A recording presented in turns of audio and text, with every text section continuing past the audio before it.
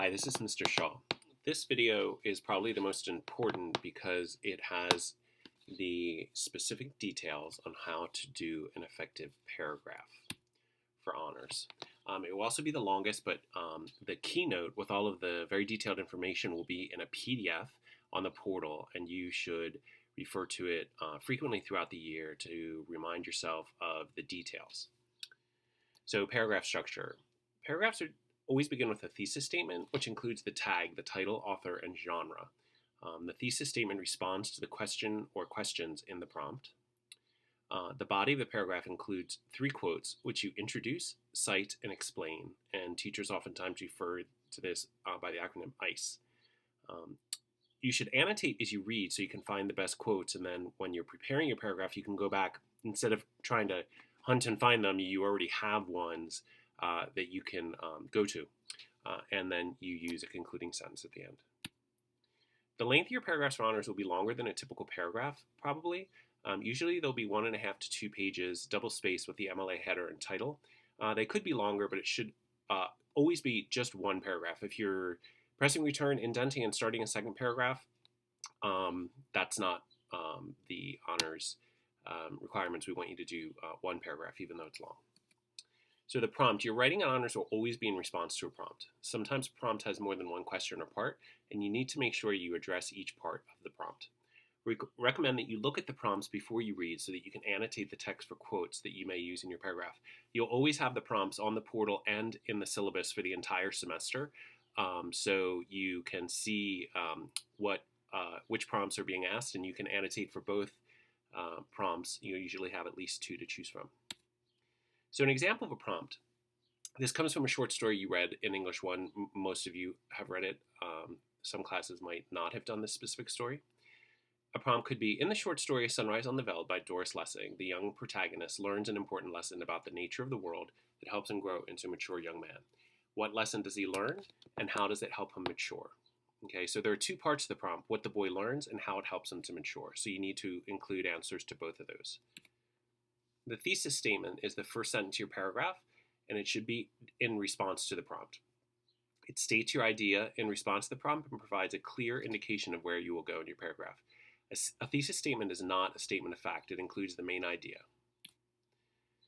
So this slide has specifics about how to properly format the tag, the title, author, and genre. You always need to provide them in the beginning, usually in the thesis statement. So if you were dealing with the first book of the year, the summer reading, Caleb's Crossing, the author is Geraldine Brooks, and the genre is novel, there's different ways you can include this in your tag. In the novel Caleb's Crossing by Geraldine Brooks, ... after the ... is where you would start, formulate your thesis. Okay.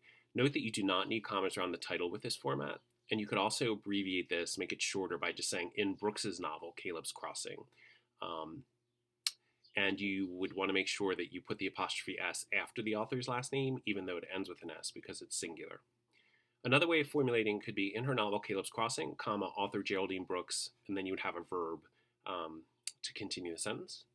And then there's 2 other ones there. I won't read them, but you can refer back to this in case you are wondering or forget how to format the title, author, genre.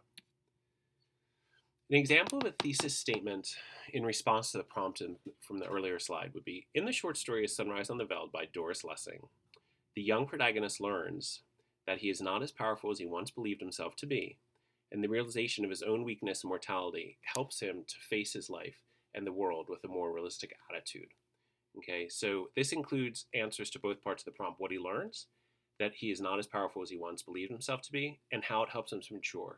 The realization of his own weakness helps him to face his life in the world with a more realistic attitude. So here are some examples that are not thesis statements. The young boy learns an important lesson, period. You haven't stated what the lesson is or why it's important. The story is about a young boy. Obviously just a brief statement of fact, general statement of fact. Everyone learns a lesson as they grow up. When I was 10, I learned how to ride a bike. Okay, you don't include elements from your own life. You don't include the person with pronoun I. And there's 2 others that would be incorrect. I think the boy learns an important lesson about power. The story is set in a country formerly known as Rhodesia. Okay. Quotes. So the most important part of the paragraph the body includes the 3 quotes. One thing to keep in mind is that you need to spread out your quotes. You need to have 3 in each paragraph. As you read, you should annotate for quotes that you may choose to use.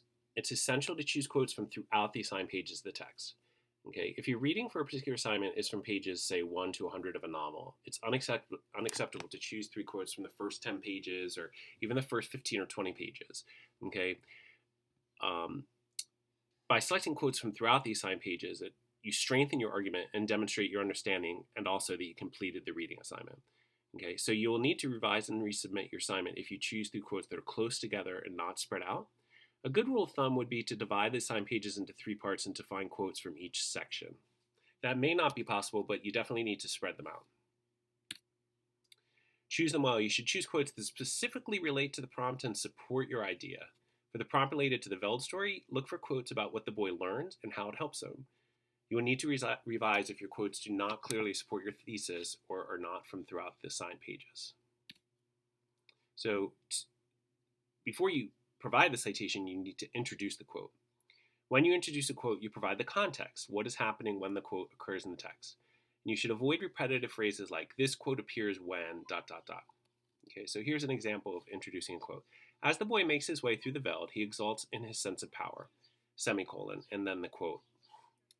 Using a semicolon in this way is one of the proper ways to introduce a quote. You could also say, when the boy encounters the dying buck, comma, he learns an important lesson, period. And then you just provide the quote. So in this format, the quote stands alone as a sentence after the introductory sentence. Another way to do it would be, as the boy stares at the dying buck, comma, he thinks to himself, comma, I can't stop it, I can't stop it, there's nothing I can do.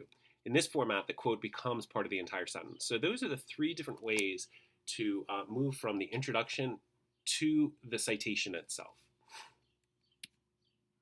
Proper citation. So MLA format for citation of a quote includes the page number in parentheses after the quote and before the period. When the boy encounters the dying buck, he learns an important lesson. I can't stop it. I can't stop it. There's nothing I can do. And note how the period that would usually be in the quote is moved until after the closed parentheses with the quote number. Okay, so most of your submissions and honors will include citations from only one text. Since you only have, since you've already stated the title and author, you do not include them in the citation itself, nor do you include a P or a PG to indicate page number. You just put the number of the page in parentheses, and you put the period after the closed parentheses with the page number. Okay, so there's several different wrong citations at the bottom. In the first example, the period is in the quote and not after the citation. The second one has a P, and you don't include that. The third one has the author's last name. You don't include that. And then the fourth one is an improper spacing. This is a small point, but you always need a space after a close quote and before parentheses. After the citation, you need to explain the quote. This is really the heart of your paragraph because this is where you're connecting the citation back to your thesis and explaining what the paragraph is about, what your thesis and main idea is about. This may be 1 or 2 sentences. It may actually be longer. And you should avoid starting your explanation with "in this quote" or similar repetitive phrases. Just go and start explaining what the quote is about. So here's an example. When the boy encounters the dying buck, he learns an important lesson.